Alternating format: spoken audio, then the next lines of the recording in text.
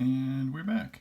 So let's look at another piece of the chemistry here. So if you've watched the mechanism and perhaps read the book, a good question is, okay, so how are these functional groups different?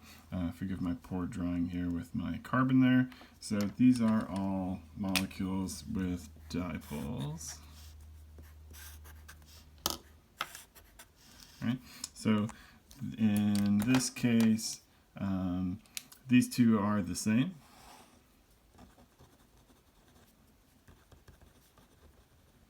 And in this case, the imine, you have a carbon double bonded to a nitrogen. So which one is more polar? Which one has a stronger dipole there?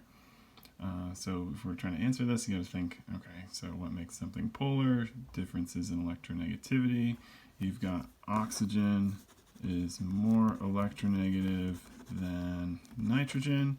So oxygen in a C double bond O is going to be more polar than C double bond N, right? So overall then, to start with, these two should be more polar. So that means it's going to have a stronger attraction to the nucleophile because you have a stronger partial positive here instead of a weaker one here. So it should be more attractive to a nucleophile. It should be more reactive. Right? So the reaction is a direct addition now. So you have a nucleophile coming in and reacting. So polarity is going to matter, and steric hindrance is going to matter as well.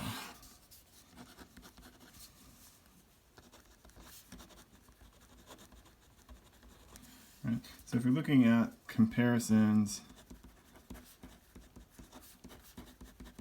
between a ketone and an aldehyde,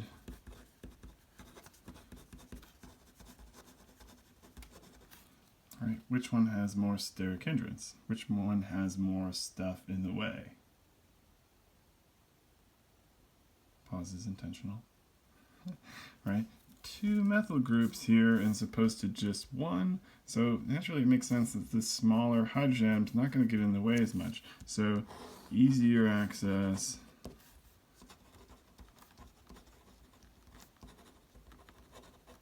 There's less steric hindrance for that nucleophile coming into the aldehyde. So the aldehyde in general should be more reactive than the ketone.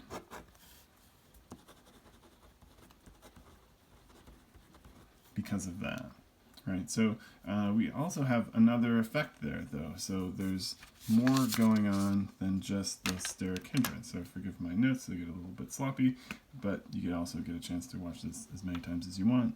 Right? So there's a steric hindrance effect, but we also know carbons can do steric hindrance, but they also are weak electron donors.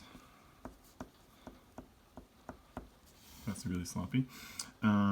And if you're donating electrons from that inductive electron withdrawal, there's more over here, less over here, right? That should be adding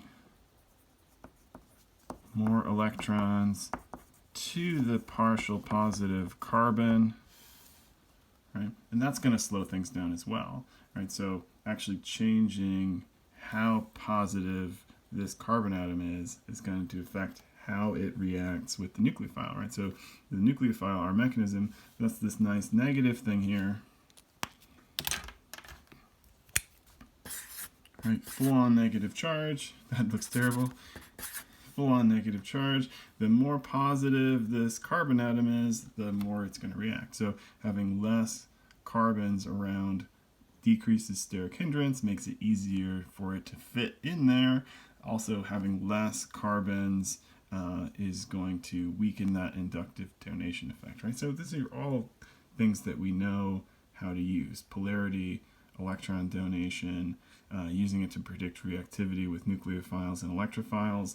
The negative goes to the positive, right? The mechanism is key, understanding it. These are the kind of things we got to look at.